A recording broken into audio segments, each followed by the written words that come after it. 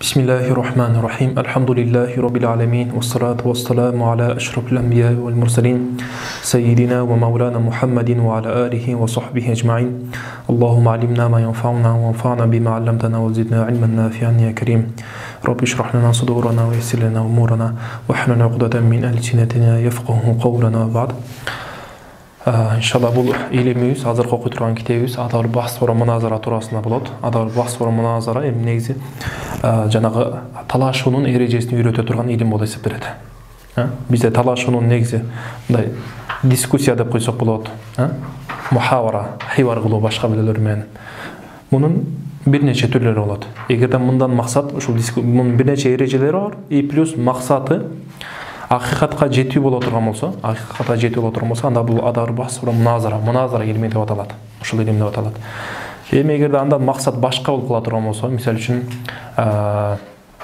өзүнүн мындай илимдүү экендигин, өзүнүн башкалардан караганда куртой экендигин билдирүү максат боло турган болсо, анын башка мужадала же болбосо мукабара деп коет аны. Эми эгерде андан максат ушул талашуудан максат алдында турган каршылашыңды жеңип коюу, оозун басып коюу боло турган болсо, анда ал мужадала болуп калат да. Түшүндүрбү? Иншалла азыр бияка киргенде дагы айтабыз.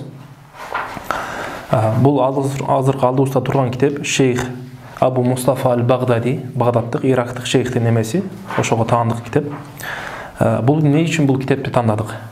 Негизи ар бир китепти тандап атканда биздин себеп болуш керек. Эмне себептен бул китепти тандадык? Болбосо башкача бир нече деген китептер бар бул илим туурасында жазылган.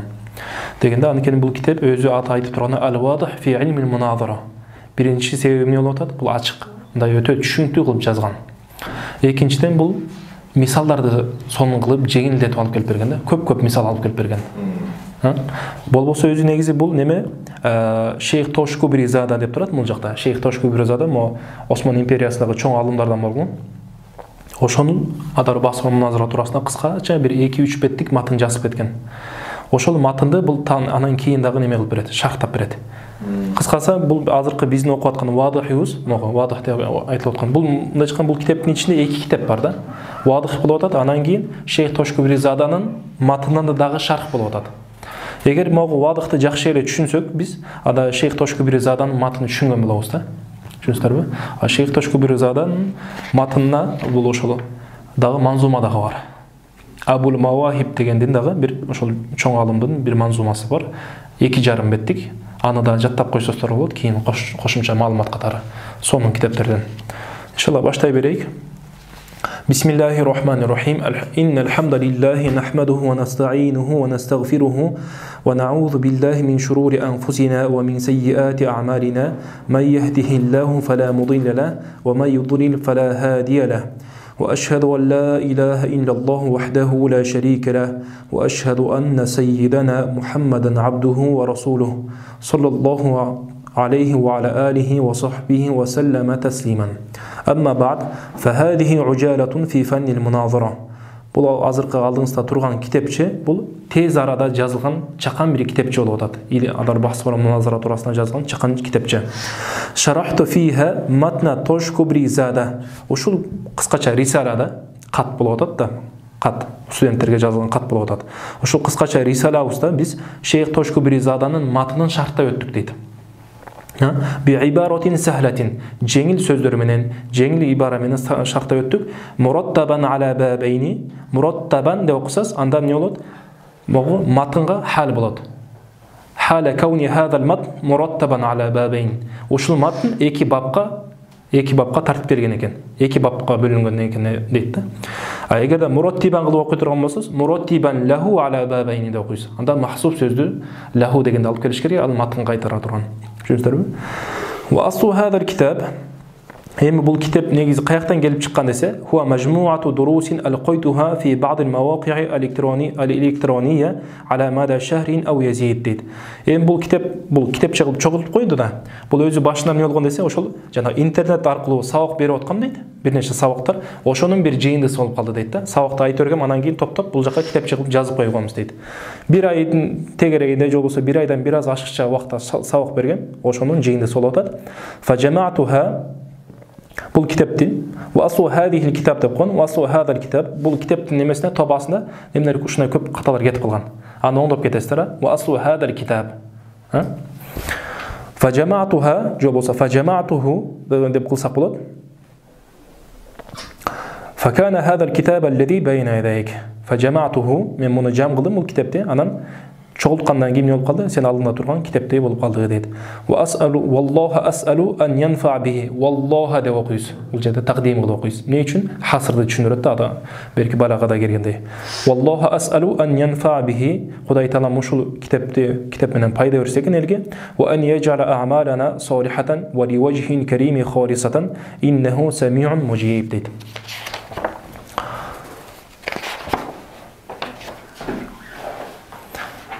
Biz айтып отырмыз, адал бахс бар, муназара деп айттық. Муназараның өзі тілдік мағынасы бар. Муназараның өзінің тілдік мағынасы бар. Мұның бірнеше мағыналары тілдік лұғаттағы мағынасын алып қарай тұрған болсақ, біріншісі мағынасы ал-мұқабала дейді.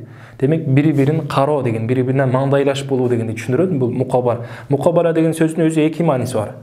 Қандай? Бір-біріне маңдайлаш болу отыру, жол болса, не дегені? Ал-мұқабаланың мағынасы бір-біріне қарсылаш болу деген мағынада да болады. Қаршылаш болу. Екінші мағынасы әл-мукафаа. Муназара деген неден алған? Мукафаадан алған. Мукафааның мағынасы тең болу деген. Тең болуш керек. Түсінесіздер бе? Демек, екі талашып отқан адам тең болуш керек. Деңгейлері теңірек болуш керек. Егер де біреусі өте төмен бола тұрған болса, жахил бола тұрған болса, біреусі илимді бола тұрған болса, анда бұл муназара болбай қалады. Ошондуктан шейхтер айтады, жаңағы немеде манзумада келіп отады. وعن خطاب إلى رفيع القدر والمهابة وعن كلام شابه الغرابة дейді. Демек, муназара қылып отқанда өзінің биік болған даражасы ошондай адамдарға неметпесін, муназара қылбасын дейді. Жол болса, ошол жана айбаттуу болгон устаздарға, өздөрүнүн устаздарына да неме кылбасын дейт, муназара кылбасын дейт. Эмне үчүн дегенде, анткени бул муназаранын максаты азыр айтабыз, акыйкатка жетүү болуп атат да. Акыйкатка жетүү боло турган болсо, бул устазы менен өзүнүн устазы менен сыйлуу адам менен муназара кыла турган болсо, анан уялгандыктан, тартылгандыктан сүрдөнүп калышы мүмкүн да. Анан акыйкатка жетпей калышы мүмкүн. Өзү муназаранын максаты эмне? Акыйкатка жетүү да. Акыйкатка ошондуктан жетпей калышы мүмкүн дейт. Түшүнүңүздөрбү? Ошондуктан мукафа экөө тең болуш керек экен, тең болуш керек экен деңгээлдери. Жол болсо бул назордон алынган ибсор маанисинде, бири-бирин кароо. Эмне үчүн ибсордон алынган десе, анткени муназара кылып аткан адамдар экөө эмне кылат? Бири-бирин карап туруш керек да. Бири-бирине көңүл бөлүш керек сөздөрүнө. Ау би маана интизор, жол болсо муназара интизор маанисинде. Интизор деген кандай? Күтүү деген. Бул жакта айтабыз азыр муназарада муаллил менен саил болот. Биринчи бир нерсени бир немени өкүмдө даава кылган адам муаллил болот. Экинчи бул жакта ошол далил талап кылган адам, ярхамукум, далил талап кылган адам аны саил деп коет. Саил менен муаллил эмне болуш керек экен? Экөө бири-бирин күтүп туруш керек экен. Мисалы үчүн муаллил сүйлөп атканда, далил алып келип атканда, саил эмне кылып туруш керек? Күтүп туруш керек. Анан анын вазифасы бүткөндөн кийин саилдин вазифасы башталат дагы, ал сүйлөп баштаганда берки муаллил күтүп туруш керек болуп калат да. Бүгүнкү күндө муназарада кылай эмес. Мисалы үчүн дебаттарда көрүп атпайбызбы? Өзгөчө жогорку кеңештегилер болгондо эмне болуп калат? Бири-биринин сөзүн жулуп качат да. Ал болбой калат. Түшүнүңүздөрбү? Бири-бирин күтүш керек. Интизордон алынган деген мааниси ошол. Жол болсо, назордун мааниси тааммул деген мааниден алынган. Тааммул дегени каламул хосм. Хосм алдында маңдайлаш болуп турган адамдын каламына жакшылап көңүл бурушуң керек экен. Жакшылап көңүл буруп, жакшылап кут коюп угуп, анан кийин иатират кылсаң болот да. А эгерде өзүңүз жакшы түшүнбөй туруп анан иатират кылсаң болбой калат. Түшүнүңүздөрбү? Бул тилдик мааниси болуп атат. Эми истирахтагы терминдеги маанисине келе турган болсок, бир нече бул туурасында тарифтер жазылган. Мен сіздерге бұл жақта азыр бирөөсүн айтам, анан бара-бара убактысы келгенде ар кандай немелерди тарихтерди алып айтып келе беребиз. Шейх Каламбауидин жаңылышпасам ошонун китебинде келип атат. Мудафаатул каламил хабари ан-нафси бин-нафси лиязхарал хак дейт. Демек, калам хабари болуш керек. Махтамала сидқа ли затихи жара байнахум қадиятан ва хабара. Қадия болуш керек экен. Махаллул муназара өзүн болуш керек экен. Биз муназара кыла турган нерсе қадия болуш керек. Түшүнүңүздөрбү? Мисалы үчүн бирөө айтат, ал-аламу хадис деп айтат. Мисалы үчүн мусулман айтат турганбыз, ал-аламу хадис, мулхид келип эмне кылып айтат? Ал-аламу кадим дегенде айтат, далчы. Демек, ал-аламу хадис же болбосо ал-аламу кадим деген бир бизде дава болуш керек. Эмне үчүн хадис болуп атат? Анткени ли аннаху мутагайир деп бул жакта эмне кылат? Мусулман адам далил алып келет. Ошон эгер кодим деп турган болсо ага дагы далил алып келет. Демек не болуш керек экен? Ал аламу кодим дегенде, демек бул калам хабари болуп атабы, кодия болуп атабы? Кодия болуп атат. Түшүнүңүздөрбү? Анан бул жакта ал калам деп айтканда бизде көбүнчө калам бизде акыйдада экиге бөлүнөт. Билесиздерби? Калам лафзи болот, калам нафси болот. Калам лафзи азыркы эле сөзүбүз менен харф менен үн менен болуп аткан нерсени калам нафси неме лафзи деп коет. Калам нафси боло турган болсо ал эмес, ичиңдеги бар болгон мани. Иннал калама ла фил фуади ва иннама жу'илал каламу ала ма фил лисани далила. Жолбос. Ва иннама жу'илал лисану ала ма фил фуади далила. Тил бул эмне болду? Калам ичиңдеги нерсеге бул далил болуп калды, муаббир болуп калды. Ошону түшүндүрүп бере турган бир аспап болуп калды да Куран. Бул жакта айтып атат шейх, мудафатул каламил хабари ан-нафси дейт. Демек калам эмне болуш керек экен? Калам лафзи болуш шарт эмес, нафси болсо жетиштүү болот дейт. Калам нафси болсо жетиштүү болот дейт. Эми биз айтып атпайбызбы? Калам нафси мудафатул калам деген неме алып берүү дегенде. Түшүнүп, мудафа деген бири-бирине ошол каламдарды эмне кылыш керек? Түртүп, пикир алмашуу десек болот. Кээде ошол пикир алмашуу, кээде лафз менен болот. Калам нафси болот дедик. Калам нафсидин жанында кээде лафз дагы болушу мүмкүн. Азыркы болуп аткан муназарадай сөз менен плюс ичине калам нафси болот. Экинчи китаба менен болушу мүмкүн. Демек жазып. Азыркы неме соц тармактарда Facebook менен жазылышып аткандай муназара ошондой болушу мүмкүн. Же болбосо ишарат менен болушу мүмкүн. Булар кимдерде? Мисалы үчүн ахростордо жанагы неме сүйлөй албай турган дудуктардын ортосундагы да муназара болот да. Алардын ортосунда да муназара болот. Түшүнүңүздөрбү? Же болбосо муназара болушу мүмкүн. Эч кандай калам неме лафз дагы болбойт, китаба дагы болбойт, ишара дагы болбойт. Жөн эле калам нафсиге гана болушу мүмкүн. Кандай? Экөөбүз карап туруп муназара кылып беребиз да. Бул кимде? Жанагы неме макулатта өткөнүңүздөрдө философияда немени өттүңүздөр беле? Ишроқи, Машшаи дегендерди өттүңүздөр беле? Же өтпөй калдыңыздарбы? Ишроқи дегендер болот. Бул жанагы неме Афлатондун немесин, мазхабын карманышат да, философиядагы. Афлатондун мазхабын карманышат. Булар эмне кылат? Ошо бир немеге натыйжага жетиш үчүн булар тазип өздөрү мындай катуу мындай немеге риядату нафс деп коет. Өзүнүн мындай машак неме кыйын болгон нерселерди өзүнө жүктөшөт да. Ошону аткарып, анан кийин эмне кылат? Анан ошо бир натыйжага жетет да булар. Мисалы үчүн жанагы Индияда буддизмдер ошондой да. Ошентип отуруп, анан эмне кылат? Өздөрүн кыйнап отуруп, жобус Шаулинде кыскасы ошолор. Ал эми берки неменики боло турган болсо, Аристотельдик боло турган болсо, алардыкын назар кылат. Демек карап көрөт. Демек неме алам демек бул өзгөрүп атабы? Анда демек бул Кудайдын бар экенине далалат кылат деп. Демек далил менен алып келет да. Буларда боло турган болсо, ишроқилерде боло турган болсо эмне кылат экен? Ошентип отуруп эмне кылат? Ошентип отуруп бул бир мындай немеге натыйжага жетет да булар. Булар ушун барып отуруп, ошо неме риядату нафс кылып отуруп, өзүнө мисалы үчүн тамак жебей коет, суу ичпей коет, ушинтип өздөрүн кыйнайт да. Ошентип отуруп, мындай адамдын ичиндеги нерсени окуганга дагы жетишип калат да. Анан ошол учурда эмне кылат? Эко теңегер жанагындай ишроқи боло турган болсо, эмне кылат? Муназара кыла берет. Ишроқиде айттык да. Ишроқилер дагы бул экиге бөлүнөт. Исламдын эрежесин карманган ишроқилер болот, же болбосо исламдын эрежесин карманбагандар болот. Алар кайсылар? Буддизмдер. Мисалы үчүн ошондойлор деп койсок болот. Ал эми исламды кармангандар боло турган болсо, мисалы үчүн сопо олуялар бар го. Ошолор карап туруп, алар дагы ошентип муназара кылса болот да. Анан бизде бул муназарада 4 рүкүн бар деп койсок болот. Же болбосо айлал арбаа деп койсок болот. Айлал арбаа. Биринчиси кайсы? Неме болуш керек? Муаллил менен саил, мутахосиман деп коет. Бири-бирине карама каршы болуп аткан адамдарды мутахосиман же болбосо муаллил ва саил деп койсок болот. Эки мындай неметип отурган адам болуш керек. Анан экинчиси эмне болуш керек? Нисп болуш керек. Ошол нисба дегенде башка ешкана ортосунда кодия бир калам болуш керек. Ошол каламда эмне болуш керек? Муназара жүрө тургандай болуш керек. Анан үчүнчү акыркы неме рүкүнү кайсы болуш керек? Зухуру саваб же болбосо изхару саваб болуш керек. Түшүнүңүздөрбү? Демек акыйкатка жетүү максатта болуш керек. Же болбосо башка немелерде айтылгандай, бул муназарадагы айлалар 4кө бөлүнөт. Айланын билесиздер да, айла деген нерсе бир нерсеге таасир бере турган нерсе деп айтканбыз. Айланын 4 түрү болот. Айла кээде неме болот? Сурия болот. Кандай? Мисалы үчүн могу неме столдо ала турган болсок, бул жакта 4 айла бар. Биринчи айла Сурия кайсы болуп атат? Ушул формада туруштугу болуп атат. Айла мадия боло турган болсо, мунун жанагы неме жыгачтары, мыктары, маддалары. Илля фаилия болот турмусу. Таасир берип ошону жасап аткан кайсы болуп атат? Адам болуп атат да, наджар болуп атат, жыгач уста болуп атат. Анан илля гоия, андан мындан максат эмне? Эми ошондой кылып, ушундай формада жасадык. Не үчүн жасадык? Отуруп эс алуу. Ошол илля гоия. Бул жакта дагы ушул 4 илланы чыгарсак болот.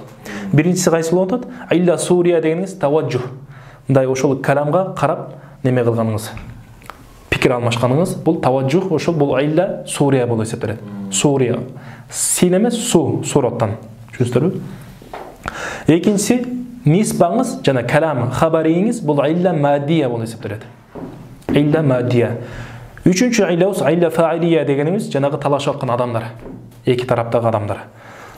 Төртүнчү илля гоия боло турмаса изхару саваб, бул илля гоия болуп эсептелет. Түшүндүрбү? Илля гоия.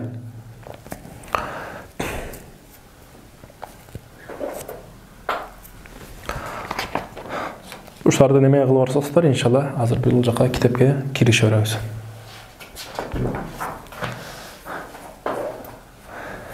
Бул жакта шейх айткан, бул китепти биз 2 бапка бөлдүк деп. Анан ар бир бапта 10 немеден фасылдан болот деп койсок болот. 10 дарстан болот. Ад-дарсул аввал, анан биринчи сабакка киришебиз. Анан ошол туурасында муқаддима деп айтып атат. Бизде муқаддима деген нерсе бар. Муқаддима кээде бирне ма ятақаддаму аля шейде, муқаддимату шей ма ятақаддаму аля залика шей. Демек бир нерсени муқаддима дегенде кириш сөз. Демек бул мисалы үчүн бир илимге, бир китепке киришип аткан болсоңуз, алдында ошол киришти окуп, анан кийин эметесиз да. Максатка өтөсүз да. Максатка чейинки айтыла турган нерселер да. Анан бесте кыяста дагы муқаддима дегенде бар. Муқаддима сугро, муқаддима кубро дегендер. Ма ятаваккаф анын тарифи кандай? Ма ятаваккаф алейхи сиххату далил. Далил сахih болуш үчүн ошол муқаддимага ошого токтоп турат да. Ошого байланыштуу болот. А бул жакта муқаддимабыз ма ятақаддаму аля ал-мақсуд деген мааниде. Бир ошол китептеги, же болбосо илимдеги максатка чейинки айтыла турган нерсе да. Түшүндүрбү? Ма ятақаддаму аля шей деп койсоңуз, же болбосо максат деп койсоңуз болот. Эми бул жакта муқаддиманы айттык биз. Муқаддиматур китап болот, муқаддиматур илм болот. Эгерде муқаддиматур китап дей турган болсок, кайсы? Азыр муқаддиматур китап болуп атат да мого. Ушул китеп, Вадых деген китепке муқаддима болуп атат бул. Анан ошол адар бахс ва муназара илими туурасында муқаддима дегендер бар да. Демек 2 муқаддима болот экен. Муқаддиматур китап болот экен, муқаддиматур илм болот экен. Муқаддиматур китапты сиз кээде муқаддимасын окуй туруп деле илимге киришип кете берсеңиз болот.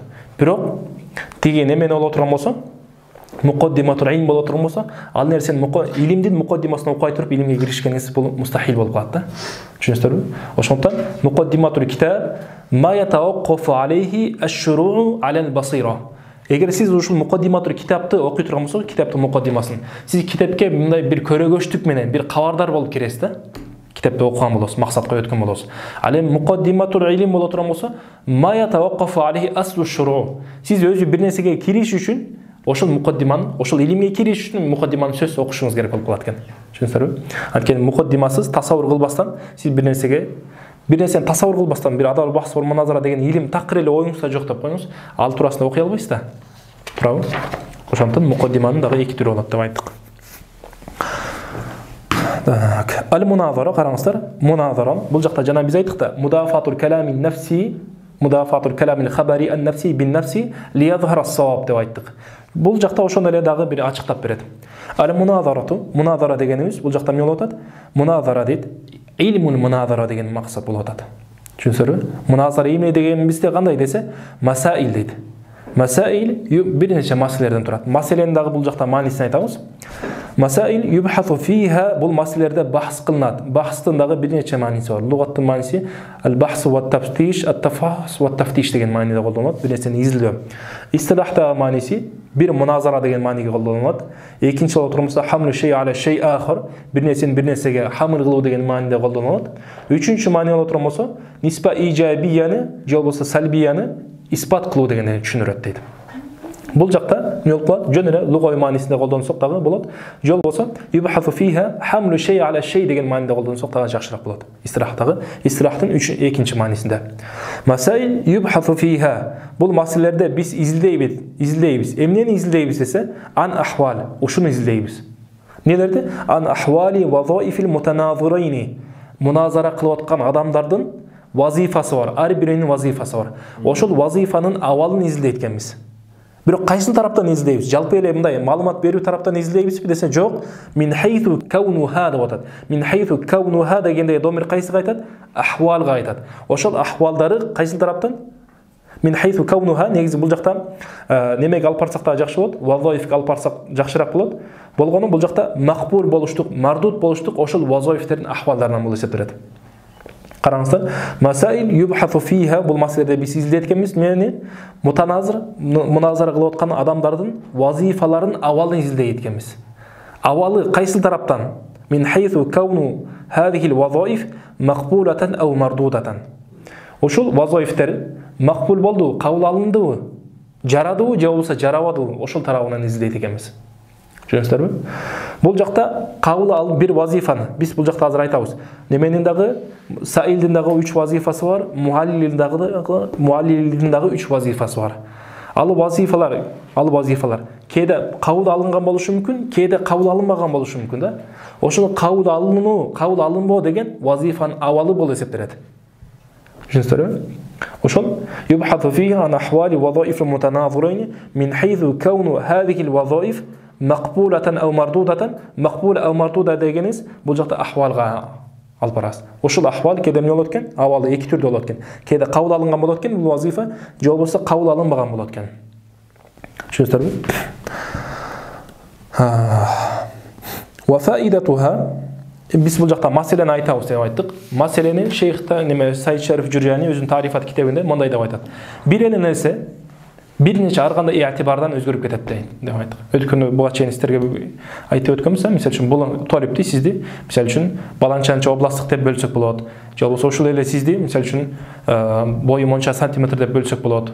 Же болбосо бойдок деп бөлсөк болот. Ушинтип кете берет да. Бул жакта дагы ошол эле немени бир эле мураккаб там хабариди ар кандай иътибардан бөлүп кете беребиз. Азыр айтабыз бул жакта. Бул мураккаб там хабариңиз мин хайсу иштималуху алал хукм бир хукмга ичинде зайдын коимин деп айта турган болсоз, кыяму зайд сабит деген мааниде болуп атат да. Зайдтын кыям болуштугу сабит болуп атат деген. Ушул тарабынан алып карай турган болсок, кодия деп аталат. Түшүнүңүздөрбү? Кодия. Бир ошол өзүнүн ичине хукм камтылган тарабынан алып карай турган болсок, кодия болсо эсептелет. Ва мин хайсу ихтималуху ас-сидqa вал кадиба ошол эле немеңиз зайдын коим сыдыкка, кадибке ихтималдуулугу бар болуп атат да. Ошол тарабын алып карай турган болсоз, бул хабар болуп эсептелет. Хабар болуп эсептелет. Ва мин хайсу ифадатуху ал-хукма ошол өкүмдү түшүндүрүү тарабын алып карай турган болсок, анда бул ихбар болуп эсептелет. Хабар, ихбар. Ошол хабарды түшүндүргөндүгү эмне болуп атат? Ихбар деп койсок болот. Ва мин хайсу каунуху жуз'ан мин ад-далил муқаддиматан ошол эле нерсе, мисалы үчүн al-alamu qadimun li'annahu mutaghayyir деп айттык да. Li'annahu mutaghayyir деген al-alamu mutaghayyir деген болуп атат да. Al-alamu mutaghayyir деп айтканыңыз эмне болуп атат? Бул мураккаб хабари там болуп атат да. Бирок далилдин бир бөлүгү болуп аткандыктан эмне деп айтылат экен? Муқаддима деп аталат. Муқаддима сугра, кийинкиси муқаддима кубро деп. Ва мин хайсу ошол эле бир эле нерсе ютлабу бид-далил. Мисалы үчүн al-alamu qadimun деп айттыңыз. Al-alamu qadimun деп айттыңыз. Бул эмне болуп атат? Дава болуп атат да. Ушун давала неме кылып атасыз, айтып атасыз. Алам неме ал-аламу хадис деп дава кылып атасыз. Ушуга далилиңиз кайсы? Ошого эгерде далил талап кылынган жагын алып карай турган болсок, анда матлуб болуп аталат экен, матлуб. Ва мин хайсу яхсуру мин ад-далил ошол эле мураккаб хабариңиз боло турган болсо, далилден келип чыккандыгын алып карай турган болсок, анда эмне болот экен? Натыйжа. Далил дегенибиз муқаддима сугра, муқаддима кубро болот. Ошо муқаддима сугра, кубро тараптан чыккандыгын алып карай турган болсок, ал-аламу хадис, фал-аламу хадис деген боло турган болсо, анда эмне болот экен? Натыйжа. Ва мин хайсу яқау фил илми ва юсалу анху мас'алатан. Маселе деп аталат. Ошо маселе дегенин ушул жерге келип атат. Маселе кайсы тараптан аталат десе, буга ушул немеге, ушул мураккаб хабаридин далилине суроо келгендигин этибарга ала турган болсок, мисалы үчүн халил аламу qadimun, халил аламу хадисун деген тарабын алып карай турган болсок, же болбосо халил фаилу марфуун деген тарабын алып карай турган болсок, эмне болуп калат экен? Маселе болуп калат экен. Түшүнүңүзбү?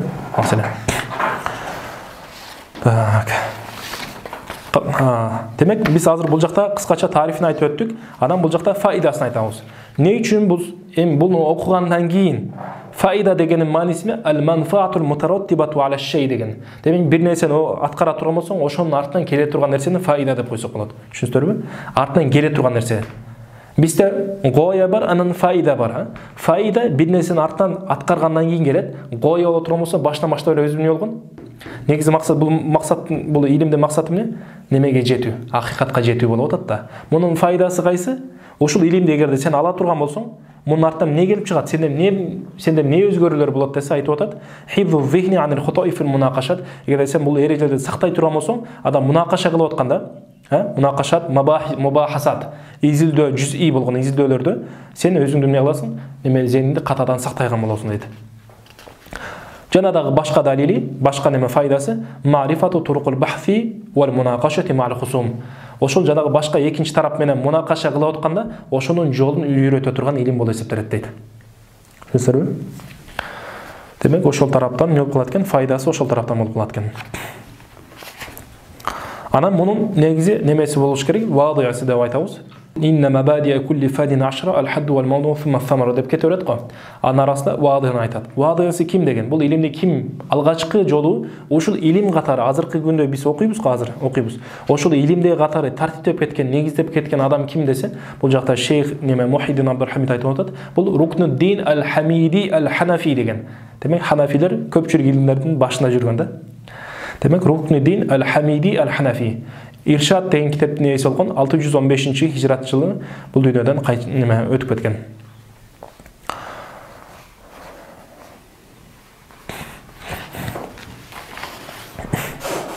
Анан мунун мавдуусу деп коёк, мавдуусу. Бул эмне туурасында изилдейт? Бул илим бизге келип эмнени изилдеп берет? Десе айтып атат. Бул илим эмне үчүн жазылган дегенде айтып атат. Ошол бахстардын, муназаранын сохий эмесин айырмалаш үчүн дейт. Айырмалаш үчүн. Демек бул илимде биз айттык го жанагы кулли болгон абхастарды бизде негизи абхастар 3кө бөлүнөт деп айттык. Мана ан-нақд ал-муарада деп айттык. Ошол нақд менен мана муарада булар абхас куллия болуп эсептелет.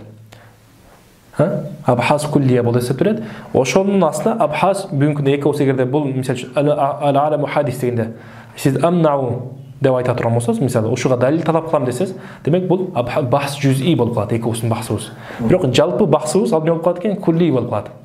Ошол куллидин астына кире турган абхас жүз'ияттарды туурасында неме кылабыз.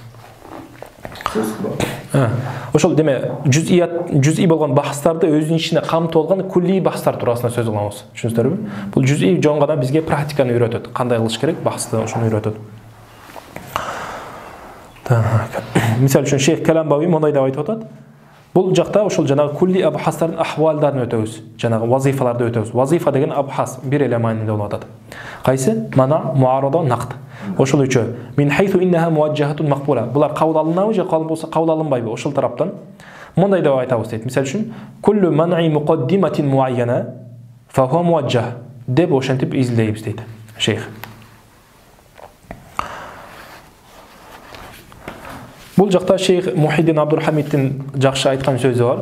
Бул ошо муназара илиминин мавдуусу кандай десе, ал-абхасул куллия. Абхас куллия жанагы үчөөнү эле айтып атат, вазифаларды айтып атат. Вазифалар кайсы болуп атат? Мана нақ ал-муарада болуп атат. Нақд ал-муарада. Ошол абхасул кулли аллати тандарижу тахтаха абхасун жүз'ия. Булардын ичине кулли болгону сөз түрдө эмне болот? Жүз'i абхастар, бир нече абхастар кирип кетет. Экөөсүнүн ортосундагы жүрүп аткан муназарада кирип кетет. Мына чыккан ал-муназаратул куллияны өтөбүз да. Назаратул куллия, вазифул куллияны өтөбүз. Анын ичинде ар бирүүсүнүн вазифасы кирип кетет. Мин хайсу хия муажжахатун мақбула ау лайсат казалика. Кабыл алынабы же болбосо кабыл алынбайбы ошол тараптан. Мисал үчүн мындай деп айтсак болот. Куллу ман'ин яриду ала муқаддиматин муайяна фа хия вазифатун мақбула деп айтсак болот. Куллу ман'ин яриду ала муқаддиматин муайяна фа хия вазифатун мақбула. Деп ошентип айтсак болот. Ва куллу ма хуа ифсадун лил муқаддимати qabla исбатиха ма иқамати далилил фасад фа хуа ғосбун гойру мақбул деп ошентип айтабыз. Азыр пока угуп туруңуздар, иншалла бул жакка келгенде ачыкталат.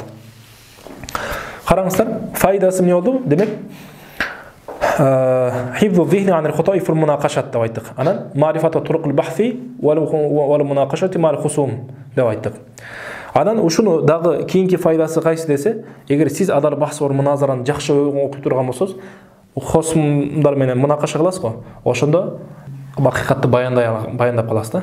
Эгер ушуну жакшы өздөштүрө турган болсоңуз, акыйкатты баяндап, шубхаларга рот берип, аларды кайтарып, аларга жооп бере аласыз.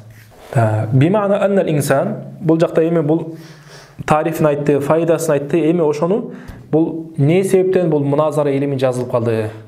Шейх Абдулхамид Мухиддин Абдулхамид өзүнүн китебинде айтат. Бул неме мурунку аваилдер, сахабалар, мурунку алгачкы алымдар бул илимге муктаж болгон эмес дейт. Не себептен? Анткени алардын фитраты таза болгон дейт да. Фитраты таза болгон, алар бүт нерсени билген. Ошол убакта карасаңыздар, бүт эле илимдер жазылган эмес. Бирок илимдер кийин не үчүн кийин неме кылып атат? Биз акылдуу болуп кеткендиктен илим жазып атабызбы? Жок, бул илим не себептен? Жана буну карай турган болсок, наху илим не себептен жазылып атат? Калкыга жетүү үчүн. Жок, наху анын жазылуу себеби эмне болду? Али ибн Аби Толиб келгенде эмне кылган? Али ибн Аби Толиб неме кылган да? Абул Асад Дуалиге жаз деп неме кылган да? Ма ахсана нахва аллади нахаута илейхи деген мааниде айткан да. Сени ушул нахвуну жазып кеткен нахвун кандай сонун мына ошон тараптан наху деп аталып калган. Наху деген бир тарап дегенди түшүндүрөт да. Не себептен жазылган? Ошо башында мисалы үчүн Умар радиаллаху анхунун неме доорунда мисалы үчүн файлды жар кылгандар, файлды насып кылгандар чыга баштаган да. Алсыздык болгондон кийин илим катары неме жазыла баштаган. Өзү илимдер дайыма ошондой. Ошондон бүгүнкүдөй кээ бирлер айтпаш керек да. Силер эмне алардан да акылдуу болуп кеттиңерби? Жок, биз акылдуу, биз алардан алсыз болуп кеттик. Ошон үчүн биз бул илимдерди окуганга муктаж болуп атабыз. Бул ошол мурункулар окуган эмес. Усул фикхте окуганбы? Жок, окуган эмес. Тафсир илимин окуганбы? Жок, окуган эмес. Хадис илими, мусталах хадисте окуганбы? Окуган эмес. Түшүндүрбү? Мантык илимин тимөл окуган эмес, мисалы үчүн. Бирок алар билишкен бул нерсени, фитраты менен билишкен. Араб тилин, нахвунун, сарф, балаганы окуганбы? Окуган эмес. Илмил вадганы окуганбы? Окуган эмес. Бирок биз не үчүн окудабыз? Биз алардын немесинен убактысынан доорун алыстап кеткендиктен, маалыматыбыз такыр эле почти нолго түшүп калгандыктан анан бул илимдерди окуп атабыз да. Караңыздар, ошол бул эми кыскача не себептен бул илим жазылды, ошону кыскача баяндап бергендей болот. Бимана аннал инсана би'тибари каунихи муфаккиран. Инсан өзү кандай? Хайван натык. Хайван натык деген хайван муфаккир деп айтканбыз. Хай муфаккир. Эми муфаккир тарабын этибар эске ала турган болсок, ла будда ан яхмила афкаран ва i'tiqadatин муайяна фиха мин al-ихтилафи ва at-ta'addudi ash-shay'ul kathir. Түшүнүңүздөрбү? Демек кандай деп атат? Демек инсан баласы, адам баласы муфаккир болгондон кийин, пикир кылуучу болгондон кийин сөз түрдө эмне болуш керек? Өзүнүн бир ичинде пикирлер болот, өзүнүн бир i'tiqadattары болот. Ошол i'tiqadattарда мисалы менин i'tiqadым, менин пикирим сиздикине дал келбей, карама-каршы келип калат. Ошол учурда эмне болот? Анан муназара пайда болуп баштайт да. Талаш тартышуу ошол убакта пайда болуп баштайт. Мен бир нерсени ак десем, сиз мисалы үчүн кара деп айтышыңыз мүмкүн. Же болбосо бул нерсе туура десем, жок, бул туура эмес деп айтышыңыз мүмкүн. Сиз да ошол пикирди туура эмес деген пикирди карманып атасыз, мен туура деген пикирди карманып атам да. Анан кана далилиң кана деп анан ошондо башталат да. Демек, эгер ушул талилге алып карай турган болсок, инсан адам баласы муфаккир болгондон кийин бул тем мурунку немеден баштап эле бул илим бар болгон деп атат да. Бирок китеп катары жазылган эмес, бирок малака катары бар болгон да. Маалымат катары болгон болсо дагы малака катары болгон. Түшүнүңүздөрбү? Ва бима аннаху ижтимаиюн би табиhi. Жолбосо Шейх Ибн Халдун айткандай, ал-инсану маданиюн би табиhi деп айтат. Инсандын табияты өзүнө болгон башкалар менен чогуу жашаганга ошого неме ылайыкташтырылган деп атат да. Ижтимаи деген эмне болуп атат? Мадани дегенди түшүндүрүп атат. Коомдук болуп атат. Табияты ошол нерсени талап кылат да. Эгер бир адамды сиз алыс жака алып барып таштап кое турган болсоңуз эмне болуп калат? Кыйналып кетет, жашай албай калат. Фала будда ан тахсула байнан муннаси мунакашатун ва муназаратун. Демек, ошондой болгондон, муфаккир болгондон, ар биринин өзүнчө пикири болгондон кийин сөз түрдө адамдардын ортосунда мунакашаттар, муназараттар болуш керек болуп калат. Куллу тарафин минхум юхавилу ан юthbita sihhata ra'yihi. Ар бир тарап эмне кылып атат? Өзүнүн оюнун туура экендигин баяндап, далилдеп бергиси келип атат. Факана ла будда мин вад'i дawabita. Демек, ошондой болгондон кийин атайын бир ошол бир эрежелерди коюштук зарыл болуп калды. Ал эрежелер эмне кылат? Тахкумул мунакашат. Ошол мунакашатка баа бере турган. Сен бул мунакашаттын туура же туура эмес. Ошол мунакашаттын үстүнөн сот болуп, мындай хакам болуу, адилеттүү адам катары болуштугу үчүн деп атат да. Хатта ла тахида анил хадафи аллади мин ажлихи инaqadat. Ошол муназара өзү эмне себептен неме кылып атат? мунақадаттын негизи максаты кайсы? Ошол максаттан четтеп кетпештик үчүн. Муназаранын негизи максаты кандай болгон? Зухурул хаққи ва саваб болгон, акыйкатка жетүү болгон. А эгерде бул атайын эрежелер бизге коюлбай турган болсо, жазылбай турган болсо, ал эрежелерди ар ким өзүнүн каалагандай, өзүнүн немесине, нафсисине ылайыкташтырып колдоно бериши мүмкүн да. Эгер эреже жок боло турган болсо, орток эреже жок боло турган болсо, анда акыйкатка жетүү да кыйын болуп калышы мүмкүн. Hatta la tahida wa tatahawwal ila musara'atin. Анан эгер мисал үчүн ортобузда бир орток эреже жок боло турган болсо, орток эреже жок боло турган болсо, анда эмне болуп калат? Экөөбүз чабышканга чейин барып калышыбыз мүмкүн, дейт адамдар. Фамин ажли залика, мына ошол себептен мындай ортодо муназааттар, хилафтар, уруш талашуу алып барып койбоштугу үчүн ар бир адам муфаккир болгондон кийин аларга бир эреже керек болуш керек деп айткандыктан вадау айни мин муназарати, муназара илимин эмне кылып кетишти? Жазып кетишти дейт. ثم إن المناقشة والمناظرة تقتضي وجود عنصرين رئيسيين هما. Демек муназарада эки тарап болуш керек экен, эки негизги тарап болуш керек экен. Кайсы? Биринчиси мавдуун тажри хаулахул муназара мисл хурматил гина. Мисал үчүн кандай кылат? Бир тема болуш керек. Экөөсүнүн ортосунда бир тема болуш керек. Тема жок болсо талаша албайбыз да. Бир тема болсо, анан ал-аламу хадисун деген бир тема келе турган болсо, ошонун негизинде анан экөөбүз мунакаша кылабыз да. Мавдуун тажри хаулахул муназара мисл хурматил гина. Бирөө келип айтышы мүмкүн. Гина ырдаштык арам деп айтышы мүмкүн. Биякта турган адам эмне айтат? Амнау каунал гина хараман. Гинанын харам экендигине сенден далил талап кылам деп айтат да. Анан ал далил алып келет. Бул тарап өзүнчө анан бир далил алып келет, ушинтип кете берет да. Биринчиси эмне болуш керек экен? Мавду болуш керек экен. Башкача айтканда нисба каламия. Хабар калами нафси болуш керек деп айтканбыз жанагыда. Ошондуктан жана Шейх Абул Мавахиб өзүнүн маңзумасында айтат: "Хия назар мин джанибей хусмайни муаллилин ва саилин ithnayn fi nisbatin baynahuma hukmiyya liyazhara as-sawab wal khafiyya." дейт. Демек эмне болуш керек экен? Мавдусу fi nisbatin baynahuma hukmiyya, нисба hukmiyya болуш керек экен. Нисба калами жана айттык го. Хабари нисба hukmiyya болуш керек. Максаты эмне? Лиязхара ас-савабу вал хафия. Турага жетиштик үчүн, анан катадагы ачыкталыштык үчүн деп атат. Түшүндүрү? Анан экинчиси шахсони ятаназарани. Назар кыла турган эки тарап болуш керек экен. Хия назар мин джанибей хусмайни деген ошол болуп атат да. Мин джанибей хусмайни муаллилин ва саилин ithnayn. Муаллил анан саил болуш керек деп атат. Ошол байтты жаттап койсоңуздар өтө сонун жазылган байт да, субханалла. Кеттик да. Фазайду минан нас, караңыз. Шахсон ятаназарани ахадухума ятабанна сиххатал qadiyya. Бирөө келип айтышы мүмкүн. Мен ошол гына ырдашты арам экендигин мен сохих деп эсептейм деп айтат. Анан ар бирине эмне кылат? Далил алып келет. Ва юдафиу анха. Анан ошол эмне кылат? Аны коргойт. Эгер мисал үчүн неме кылып тыя турган болсо, аны эмне кылат? Аны коргойт. Башка далил алып келсе, далилдерин кетирет, коргойт. Wal akhar дегенин жакшыраак кыл. Ахадухума wal akharu. Түшүнүңүздөрбү? Ахадухума wal akharu. Wal akharu эмне болот экен? Yanfiha wa yuhajimuha. Ошол эмне кылат экен? Тыйып ага неме хужум кылып, неме кылат? Атака кылат да анын кодыясына. Айтканда жанагы футболдогудай защитник менен нападающий дегендей болуп калат. Фазайду минан нас, мисал үчүн бир адам, мисал үчүн Зайд деген адамды ала турган болсок, юдафи ан ра'йин ва qadiyyatin ма ка хурматил гына. Эмне кылат экен? Өзү бул ошол нерсени ятикат кылат. Аны гына ырдаштык арам. Ошонун эмне кылат экен? Өзүнө бир мындай пикирин ятикат катары карманып тутат экен. Ошону коргойт экен. Ва амрун юхажиму залика рой. Ага эмне кылат экен? Каршы чыгат экен. Фали Зайдин вазифатун ва даврун якуму бихи. Зайдка өзүнчө Зайд бул жакта эмне болуп калды? Муаллил деп коет. Түшүнүңүздөрбү? Муаллил деп коет. Же болсо мужиб деп да аталып коет, муаллил деп койсоз болот. Фали Зайдин вазифатун ва даврун якуму бихи ва ли Амрин. Амр боло турган болсо, бул жакта саил болуп калат. Вазифатун ва даврун ахир, муга дагы өзүнчө вазифасы бар.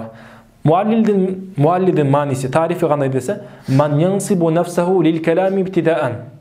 Демек, биринчи сүйлөп, биринчи кошул кодыяны дава кылган, ал гына харам деп айта турган болсо, ошону муаллил деп коет. Не үчүн муаллил деп аталган десе, алымдар айтат, анткени бул ошол алгына харам деген сөздү далил алып келет, талил алып келет. Талилдин мааниси не? Муаллил деген мен түшүндүрүп атат, талил дегенди түшүндүрүп атат да. Талил деген ошол далил алып келет деген. Саил боло турган болсо, ман ятакалламу ба'дал муаллил янқуду каламаху дейт. Түшүнүсүңөрбү? Демек ошол жанагы муаллилдин сөзүн накыт кылып, ошол сүйлөй турган адамды саил деп койсок болот. Не үчүн саил деп аталып калган десе, анткени бул саилдин мааниси суал, талап деген маани түшүндүрөт. Анткени бул муаллилдин не кылат экен? Далил, муаллилден келип далил талап кылат экен. Далилин кайсы ушул немеге, өкүмгө? Түшүнүсүңөрбү?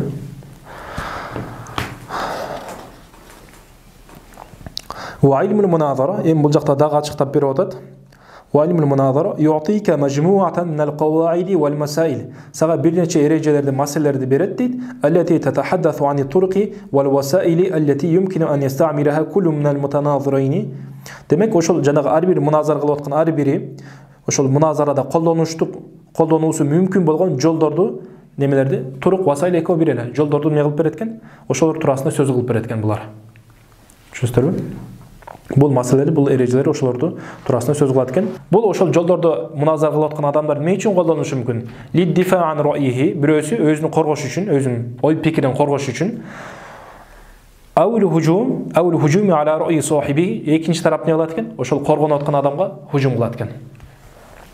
Ва юбайину лака анна хадиhi الطريقة, ошол бул илим, адар бахс ва муназара илимибиз бизге баяндап берет дейт. Анна хадиhi الطريقة фи никош, ошол никашыкта кылып аткан саилдин бул немеси, тарикасы десек болот, же болбосо вазифасы десек болот, же болбосо бахсы десек болот. Бул бир эле неме мааниде колдонулат.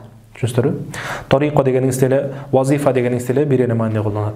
Ошо бул вазифасы эмне болот? Бул макбул кылынды, саих, урсат, ау мардуда, же болбосо кабыл алынбайт. Ла яджузу истиамалуха деп ошону баяндап берет. Мындайча айтканда, Зайдтын колдонулган бул немеси эрежеге түшпөй калгандыктан бул эмне болуп калат? Четтелип калат, туура эмес болуп калат. Кудум эле бизге эмне деп айтты? Анткени бул жака тахкуму деп айтты го, бизге хакам болуп берет да.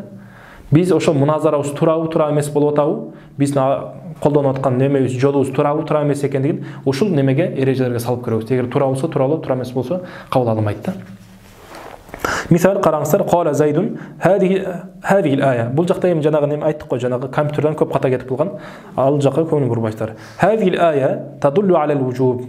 Хадиhi al-aya дегенде мисал үчүн кайсы аятта айта турган болсок, Акимус сола ва акимус сола деген далил ала турган болсок. Акимус сола бул жакта эмне болуп атат? Амр болуп атат да. Амр болуп атат. Кодия десес болот. Жанагы матлуб десес болот. Мас'ала десес болот. Бир эле нерседен ошондой айтып берсес болот. Демек хадиhi al-ayatu tadullu ala al-wujub. Демек акимус сола болуп атат. Бул аят вужубтукка далилат кылып атат дейт. Демек бул деген эмне болуп атат? Намаз важип болот дегенге далилат кылып атат. والدليل عليه والدليل على الوجوب وشو وجوبقا والدليل على دلالتها للوجوب جوابسا والدليل على إفادتها للوجوب وشو آياتن وشو وجوبقا دلالت кылгандыгына далил кайсы десе هو أنها أمر бул сыйга эмне болуп атат? Бул аят амр болуп атат. Бул аят эмне болуп атат? Амр болуп атат. Сыйга амр болуп атат. Ва куллу амрин ядуллу ala al-wujub деген бизде эреже бар. Демек, эмне болуп атат? Биринчи аннаха амрун, ли аннаха амрун десес болот. Ли аннаха амрун не себептен? Анткени бул амр сыйга болуп атат да, бул мукаддима сугра болот. Ва куллу амрин ядуллу ala al-wujub деген бул мукаддима кубра болуп калат. Демек, мукаддима сугра, мукаддима кубра экөөнүн бириккендиги далил болуп аталат. Түшүнүсүзбү? Мантыкта өткөндөй. Мукаддима сугра, мукаддима кубра экөө эмне болот экен? Экөө далил болуп берет экен бизге. Фаяқулу лаху амр, амр келип айтат. Не деп айтат? Фақаулу амр бул жакта, Зайд бул жакта эмне болуп атат? Муаллил болуп атат. Фаяқул амр дегенин саил болуп атат. Саил болуп атат. Фақаулуху таала. Мисал үчүн, сен айттың го дейт да. Бул жакта бул аят вужубка далат кылат. Не себептен? Далилин кайсы десе, анткени ли аннаха амр, анткени амр сыйгасы менен келип атат. Ва куллу амрин ядуллу ala al-wujub деп айттың дейт. Бирок амр келет да, аны эмне кылат? Сындырат ушунун далилин. فقوله تعالى مثال شمونا آيات تعالى ترمسق فكاتبوهم إن علمتم فيهم خيران деген аятты алып карай турмусук. Не болуп атат? Мукатаба кылла деп атат да кулуңарды. Эгерде аларда бир жакшылык бар экендигин биле турган болсоңор, кулуңарды мукатап кылла деп атат. Китаба келишим түзгүлө деп атат да. Бирок бул жакта аят амр болуп атат, караңыз. Факатибухум деген амр болуп атат. Валам ядуллу алал вужуб. Бирок вужубка далалат кылбай калды го. Бала алал надби, надбка далалат кылып калды. А сен не деп айткансың? Кул амрин ядуллу алал вужуб деп айттың. Демек бул жакта эмне кылып атат? Ошол жанагы немени муқаддима куброну башка жакка накыт кылып атат. Сындырып атат далилди. Түшүнүңүздөрбү?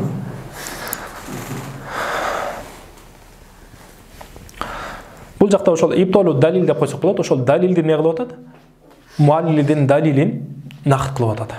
Фахуна караңыздар. Фахуна аптола амрун далила зайдин. Амр келип туруп зайдын далилин иптол кылып жокко чыгарып атат. Кантип? Биан деген тасвирия кылып атат.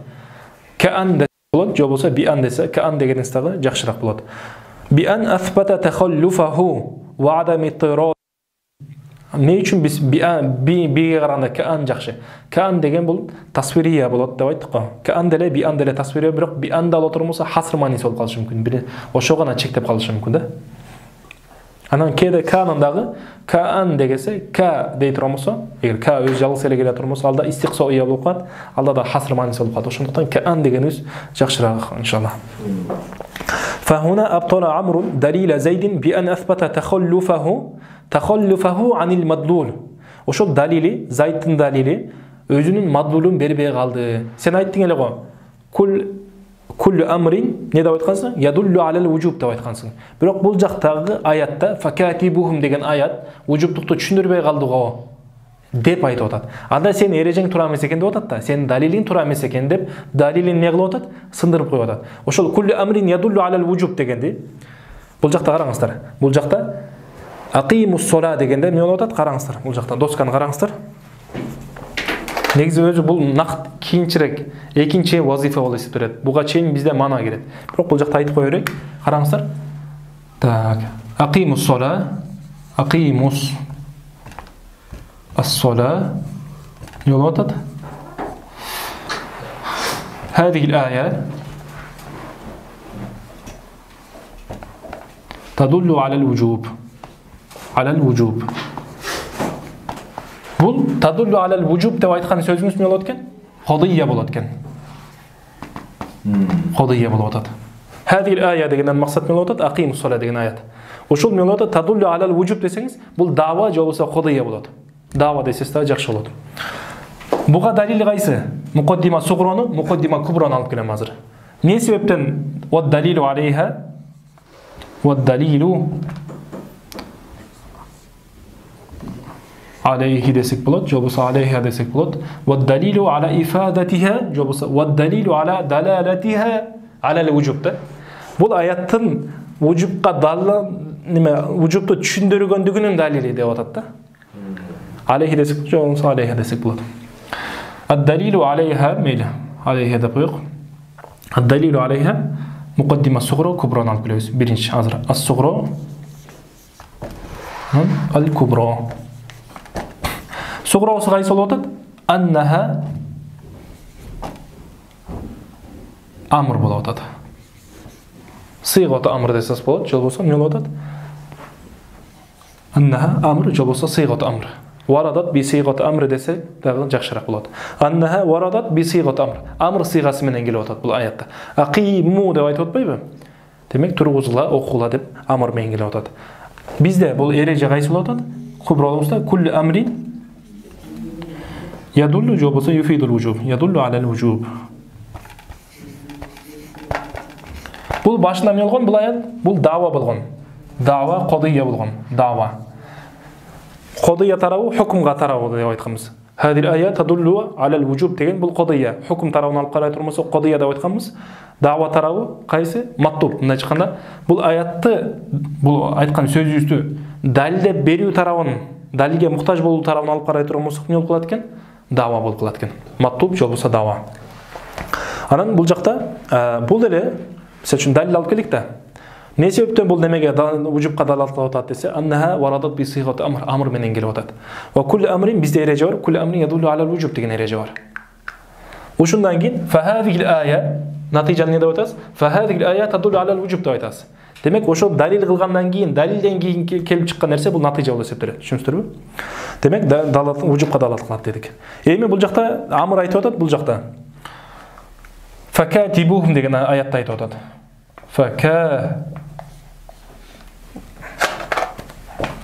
Немеси чукпай болчу да.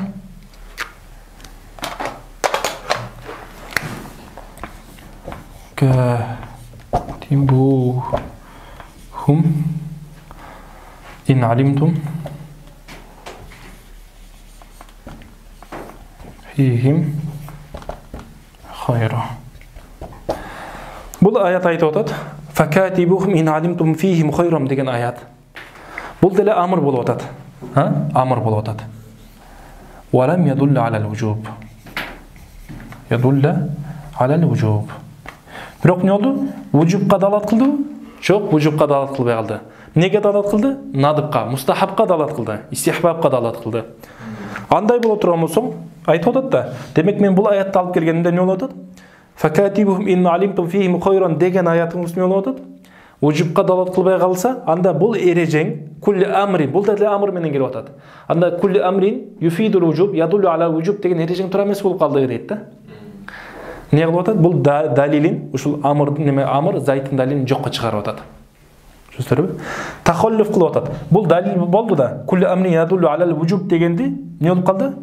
Өзү бул жакта дагы бул ушул кулли амрин ядуллу ала вужуб дегенди алып келип туруп бул жакка кое турган болсок дагы вужубтукту бериш керек эле. Бул жакта да вужубтук. Мисалы үчүн кулли амрин ядуллу ала вужуб бул жакка алып келгендибизде эмне болуп атат? Вужубтукту берип атат, түшүндүрүп атат. Ушул эле эрежени алып келтирип далилди бул жакка алып келе турган болсок дагы эмнени бериш керек эле? Вужубтукту бериш керек, бирок бул жактан вужубтукту берүү бул маддул болуп эсептелет. Вужубтукту берүү бул маддул болуп эсептелет. Бул жакта вужубтукту бербей калгандыктан эмне болуп калды? Далил өзүнүн маддулан тахаллуф болуп калды, бербей калды дегенди түшүндүрөт. Тахаллуфаху деген ошол. Караңыздар.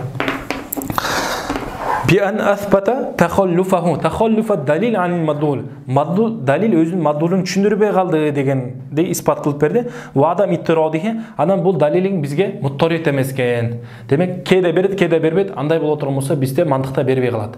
Түшүндүрбү? Далил катары эсептелбей калат алар. Кээде берип, кээде бербей турган болсо болбой калат. Факат вужида лафзул амри. Бул аятты алып карай турган болсок, эмне болуп атат? Амр сыйгасы келип атат. Факатибухум деген аятта. Валам юджат маахул вужуб, бирок бул жакта эмне болуп атат? Вужубтук болбой калып атат. А сен не деп айткан эле? Кулли амрин ядуллу алал вужуб деп айткан эле. Демек, ал эрежең эмне болуп калды? Батыл болуп калды дейт. Фахада накту, бул накт эмне болуп экен? Юсамма бин нактил машхур, нактка келгенибизде ал жакта айтабыз, накттын эки түрү болот. Накт машхур болот, накт максур болот. Накт машхур дегени кандай? Бүт ошол айткан неменин сөзү, бир дагы сөзүн бул жактагы амрун кулли амрин ядуллу алал вужуб деп айтты го. Ошол сөзүн баарын алып келет дагы кыскартпастан сөзүн жанагы хосундун сөзүнүн неме хазып кылбастан алып келгенди накт машхур деп коет. Анан максур болот. Накт машхур бизде кабыл алынат. Анан максурдун эки түрү болот. Ал кээ бирки сөздөрдө хазып кылып коет. Максурдун дагы эки түрү болот. Демек, кээ бирки түрү кабыл алынат, экинчи түрү кабыл алынбайт.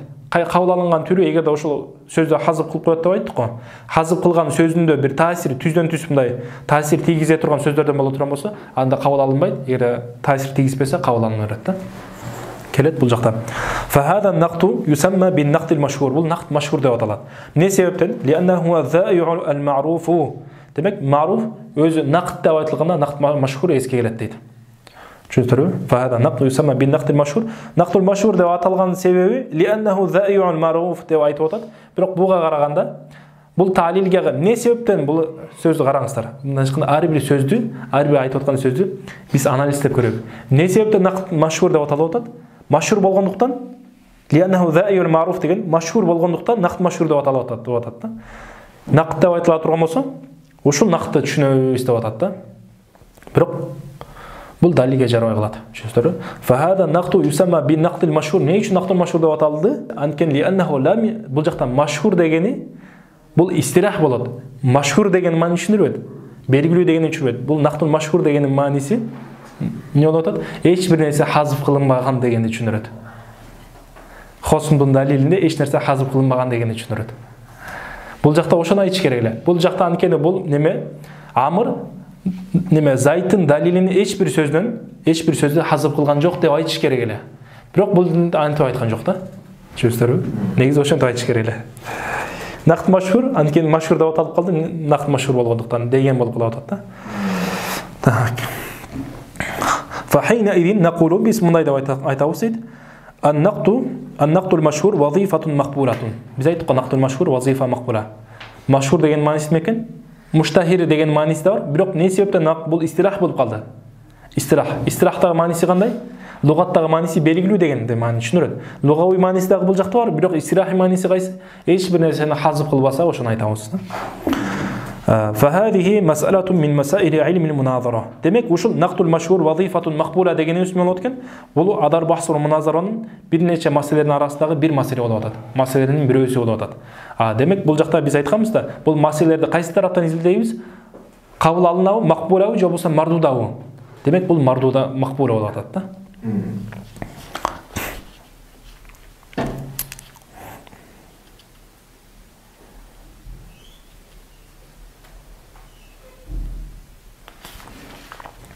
Kettik.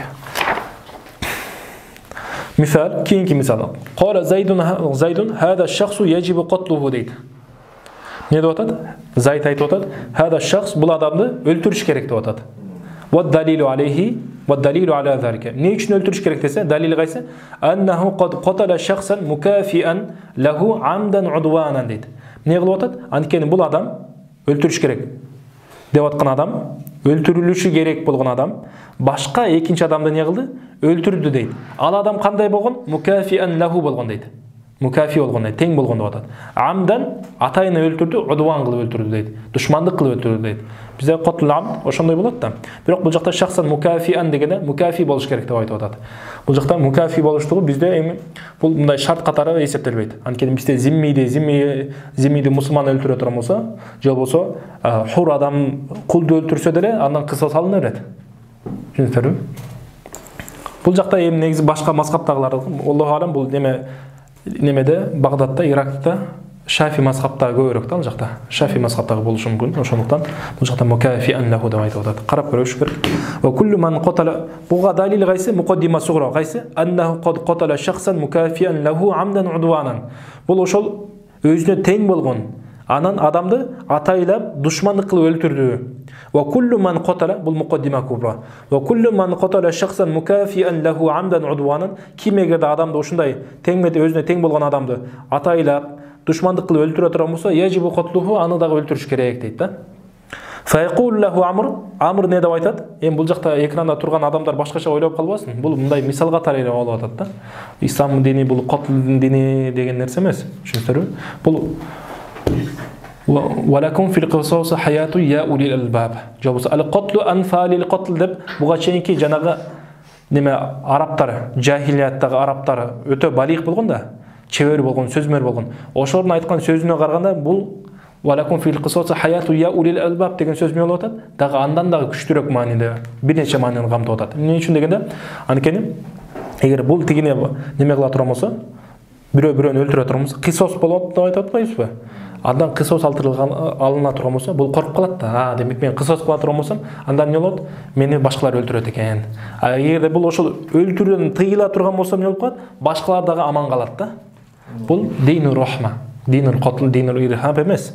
Түшүнүңүздөрбү? Бул кээбирки жанагы атайын жанагы шупалардан алып келип неме төрүбүш керек да. Файкулу лаху Амр Зайд не болду? Муаллил болду. Амр бул жакта эмне болуп атат? Саил, муарид болот, саил болот, айтырсыз болот. Муарид же болсо муатарид десес болот. Файкулу лаху Амр хада бул айткан сөзүң Kullu man qatala shakhsan mukafian lahu degende aytып атат да, muqaddima kubran aytып атат. Hada manqudun bish-shakhs alladhi yunaffidu al-qisas ala al-qatil. Бул айткан эрежеңер ошол могу кишиге татбик кылына турган болсок, ошол өкүмдү бербей калып атат. Яжибу qatlуху деген өкүмдү бериш керек эле да. Бирок бул жакта ошол кишиге татбик кыла турган болсок, яжибу qatlуху болбой калат. La яжибу qatlуху болуп калат. Караңыздар. Fa innahu ошол жана кисосту аткарып аткан адам кылыч менен, мисалы үчүн башты кесип аткан адам, яктулу шахсан мукафиан лаху, өзүнө тең болгон адамды өлтүрөт дейт. Эгер хур боло турган болсо, эки тең. Не болот? Өзүнө тең адамды өлтүрөт, амдан дейт. Атайын өлтүрөт дейт. Хото онун эмес да. Хата кылып өлтүрбөйт да. Демек өлтүрүп аткандыгы жана ошол кызматты өтүп аткандыгы атайын бар өлтүрөт дегенден кабар берет да. Түшүнүңүздөрбү? Атайын бар өлтүрөт да. Атайын барып, мисалы үчүн неме сот буйрук бере турган болсо, ошонун буйругу менен атайын бар өлтүрөт. Жаңылыш өлтүрө албайт. Амдан деген хата анда ихтироз болуп атат. Ва ма хада ла яжибу хаттуху. Бирок ошо карабастан эмне болуп атат? Аны өлтүрүштүк важип эмес го. А сен айткан эле не деп айткансыңар? Атайын өлтүрө турган болсо, аны өлтүрүш керек деп айткансыңар. Бирок муну өлтүрбөй калдык го. Жана эрежеңер тура эмес болуп калды десе, бул жакта айтат: "Фа хада нау минан нахти юсамма бин нахтил максур" дейт. Демек бул нахт не деп аталат экен? Нахт максур деп аталат дейт. Ал кайсы? Ва хуа ан ятрука мин далили хосми ба'д ал-awsaf al-mu'aththira. Демек ошол жанагы хосумдун далилинен кээ-бирки сыпаттарды, кээ-бирки лафздарды не кылып коет экен? Алып таштайт экен, таасир бере турган. Бирок башка китептерде келгенде максурдун дагы эки түрүн айтканбыз, кээ-бирки кабыл алынат, кээ-бирки кабыл алынбайт. Бирок бул шейх кабыл алынбаган эле түрүн айтып коюп атат. Түшүнүңүздөрбү? Башка китептерде келет, нахттын эки түрү болот. Кээ-бирки awsofтордо, кээ-бирки учурларда awsofтордо хазып кыла турган болсо, awsofтордун эки түрү болот. Кээде ушул awsoftор таасир бериши мүмкүн өкүмгө, кээ-бирки awsoftор таасир бербеши мүмкүн. Эгер таасир бере турган awsofторду хазып кыла турган болсо, анда ушул накту максур гойру макбул болуп калат. Эгер таасир бербей турган awsofторду кабылданса, ал накту максур бирок эмне болот? Макбул болуп калат. Фахуна Амр тарака мин истидлали Зайдин, же болбосо мин далили Зайдин десек дагы жакшыраак болот. Ошол Зайдтын далилинен эмнени таштап атат? Калимата удван. Удван деген сөздү айтпай коюду. Карасаңыздар, эмне кылып атат? Фа иннаху яктулу шахсан мукафиан лаху амдан удванан дегенди айтпай койду. Удванан дегендин түздөн түз бул жакта таасири бар да, тиешеси бар. Ва хия, ошо бул калима удван дегенде лаха мадхалун ва та'сирун фи субутил қисос. Қисос болуш үчүн ушунун түздөн түз таасири бар деп атат. Лианна ман юнафизил қисоса, анткени бул жакта эмне болуп атат? Анткени жанагы киши, қисосту аткарып аткан киши, лианна лам яктул удванан бал нафаза хукм Аллахи таала. Мейли ал атайын өлтүрүп аткан болсун, өзүнө мукафи болгон болсун ошол адам. Амдан атайлап өлтүрүп аткан болсун, бирок удванан өлтүргөн жок да, душмандык кылып өлтүргөн жок да. Ал эмне кылып атат? Ошол жанагы буйрук берген эменин, соттун, падышанын бийлигин, бийликтеги адамдын несин аткарып атат? Буйругун аткарып атат. Мусулман падышанын бийлигин аткарып атат. Өкүмүн аткарып атат. Бал нафаза хукм Аллахи таала, демек Алла тааланын өкүмүн алыш керек, кысос болуш керек да. Демек бул жактан буйрук чыгат, буйрук чыккандан кийин Алла тааланын өкүмүн аткарып атат дейт. Бул атайын ага душмандык кылып өлтүргөн жок дейт. Фа хада накту ал-максуру вазифатун мардудатун. Демек бул жакта неменин жогорку буга чейинки мисалда саилдин вазифасы эмне болгон? Нақд машхур болгон, махбур болду ал. Эми бул жакта саилдин вазифасы нақд максур болду, бирок вазифа не экен? Бул мардуда кабыл алынбайт экен. Бул адар басу маназарда бул вазифаны аткарса болбойт экен. Ай ла яжузу иртикабуха. Муну аткарса болбойт. Вазифа неме нақд максурду. Лианнаха нау мугалата. Анткени бул эмне болуп атат? Мугалата болуп атат. Мугалатаны өтүстөр беле? Мисалы үчүн мындай адаштырып атат да, башка бирлерди адаштырып неме кылат. Кандай десек болот? Мисалы үчүн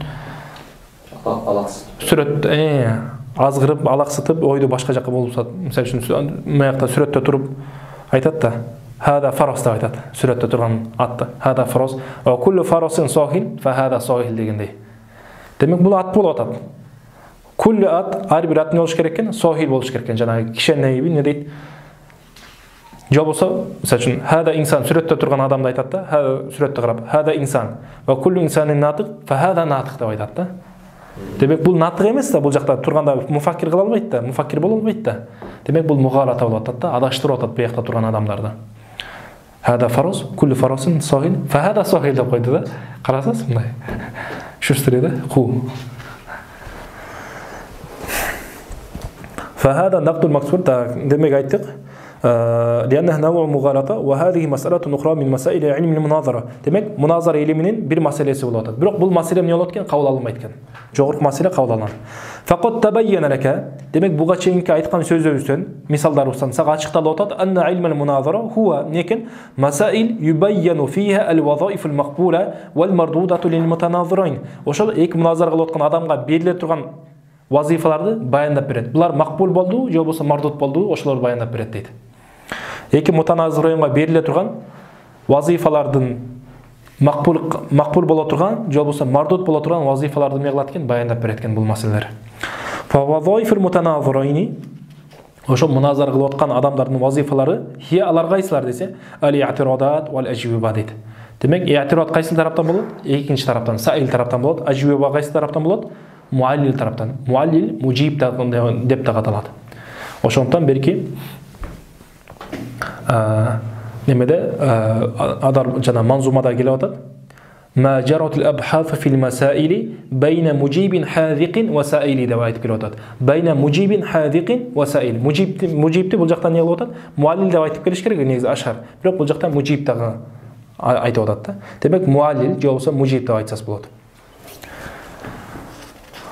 وتسمى караңыздар, وتسمى بالأبحاث الكلية. Бул ошол муназара кылып аткан адамдардын бул жакта китепте айтылган вазифалары, булар абхасул куллия деп аталат. Же болбосо каваидул куллия деп аталат. Лианнаха абхасул куллия дегенибиз эмне үчүн? Деп аталат. Эмне үчүн куллия деп аталып атат? Ошону айтып атат. Лианнаха каваиду куллия тантабиqu ala al-abhathil juz'iyya allati tata'allaqu bi mawdu'in mu'ayyanin. Бул деген эмне болуп атат? Бул каваид куллия болгондон кийин анын астында бир нече абхас жуз'иялар бар. Масаил жуз'иялар бар.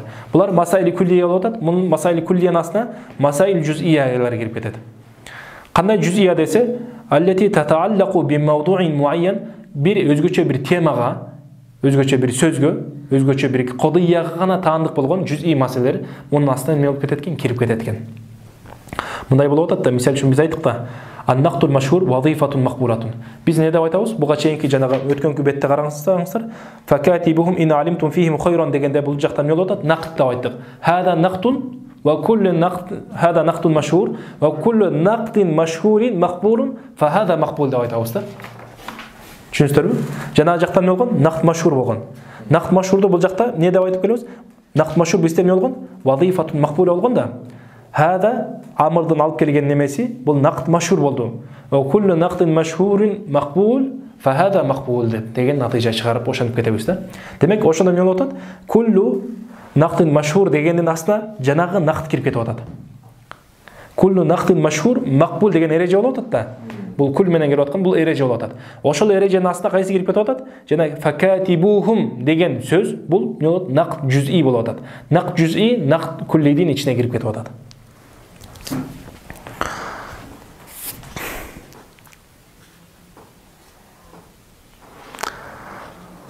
مثال النقد المشهور مثال النقد مشهور مثال alып келет. النقد المشهور بحث كلي ينطبق على كل النقودات المشهورة الجزئية مثل النقد الدليل السابق. جنا جورقنا لا айтып атат. نقد مشهور дегенес бул бахс قاعدة كلية болуп атат. ينطبق على النقودات الجزئية деп. Демек бир нече ошол жуз'ий болгон, машхур болгон нукуттарды өзүнүн ичине камтып алат. Жана жогорку нақд сыяктуу.